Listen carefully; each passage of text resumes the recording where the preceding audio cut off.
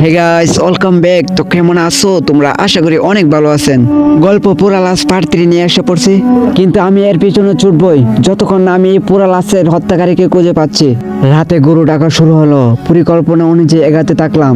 রাস্তা দিয়ে কিছু পথ এগাতেই মোবাইলে সেই প্রাইভেট নাম্বার থেকে মেসেজ আসলো। মোবাইল থেকে চোখ সরাতে দেখি একদম মুখের সামনে সেই মা ও মেয়ে। এর চেয়ে ভয়ঙ্কর দৃশ্য আর আমি আর জীবনে কখনো দেখিনি। দুজনের গা থেকে মাংস কষে পড়ছে এবং তাদের শরীর দিয়ে ধোঁয়া বের হচ্ছে।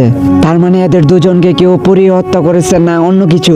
মাটিতে তবাস করে পড়ে গেলাম। ওদিকটা বিভৎস গরুর ডাক মনে হচ্ছে মৃত্যু যন্ত্রণায় চটপট করছে, আর এদিকে দুইটা পুরা লাশ আমার সামনে দাঁড়িয়ে।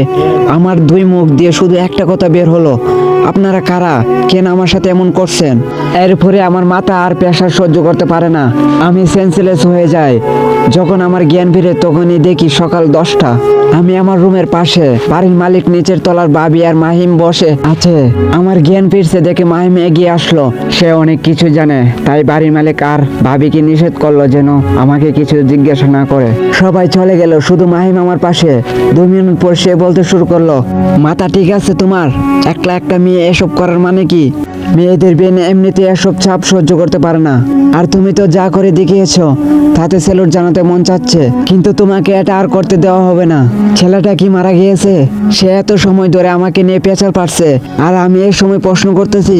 আমার প্রশ্ন করা দেখে কিছুটা বিরক্তিকর ভাব নিয়ে বলল, হ্যাঁ, এই ছেলেটাকেও পুড়িয়ে হত্যা করা হয়েছে। সকালে পুলিশ এসে লাশ নিয়ে গিয়েছে। আচ্ছা, পুলিশ এখানে পাহারা বসায় না কেন? জানোই তো প্রত্যেক অমাবস্যাতে একটা করে হত্যা করা হয় এখানে। সবারই জানেন মায়া আছে সুমন, সবাই তো আর তোমার মতন না নিজের কে পরের হত্যার রহস্য খুঁজে বেড়াবে।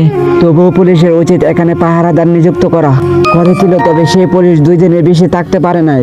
সে মন্দিরের বারান্দায় ঘুমিয়ে থাকতো, কিন্তু প্রথম দিন সকালে উঠে সে দেখে বট গাছের মগডালে।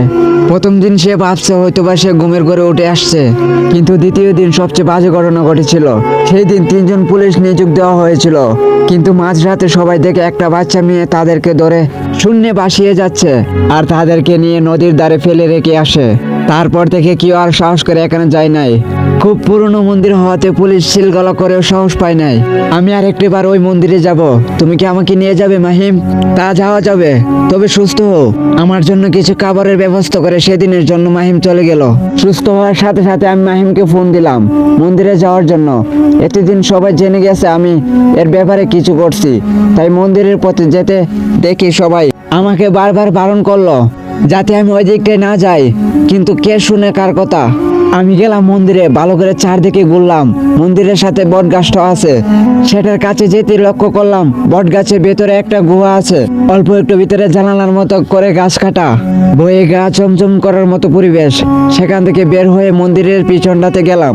পাশের দিকে একটা গরুর কামার, তার মানে কেউ গরুর ডাকার ফায়দা নিয়ে এই মানুষগুলোকে পুড়িয়ে মারছে। কিন্তু শুধু অমাবস্যার রাতে গরু ডাকবে কেন?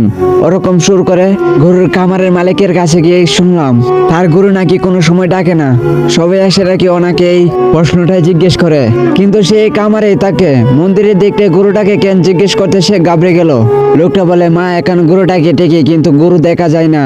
আমি একদিন রাতে গিয়েছিলাম, তবে কোনো গরু দেখতে পাইনি। পরে বয়ে বয়ে চলে এসেছিলাম। পরের দিন সকালে ঘুম থেকে উঠে দেখি একটা পুরা লাশ নগ্ন অবস্থায় পড়ে আছে।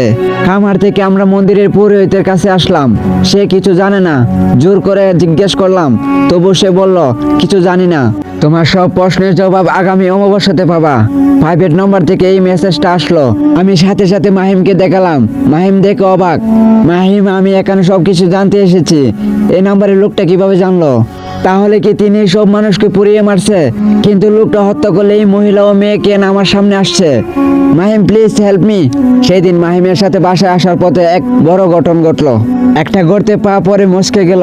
প্রচন্ড ব্যথায় কাতরাতে থাকলাম। বাড়ি এসে সেই আগের মতো অফিস থেকে লম্বা ছুটি।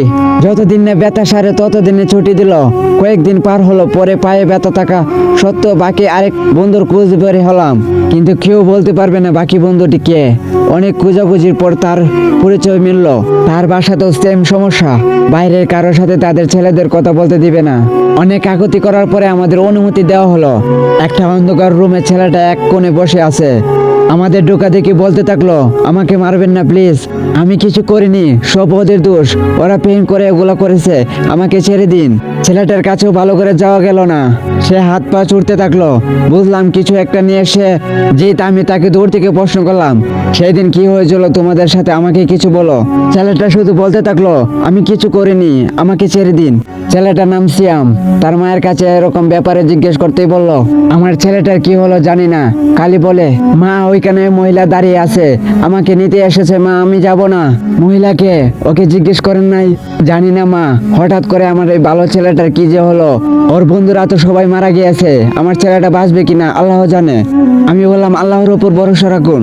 সেই দিনের মতো চলে আসলাম, সিয়ামের মাকে বলে আসলাম সিয়ামের অবস্থা ভালো হলে আমাদের জানাতে। তখনও আমার মাথা থেকে প্রাইভেট নাম্বার আর আতঙ্ক ছেলেটার কথা সরেনি। আবারও ওই বাড়িতে গেলাম, জিজ্ঞেস করলাম ছেলেটার ব্যাপারে। তিনি বললেন, তোমার এই মিথ্যে বলে কি লাভ, আমার ছেলেটা আজ প্রায় 10 মাস নিখোঁজ। তো সেদিন বললেন আপনার ছেলে বেঁচে নেই। যে ছেলের 8 মাস কোনো খোঁজ নেই তাকে মৃত বলবো না কি বলবো?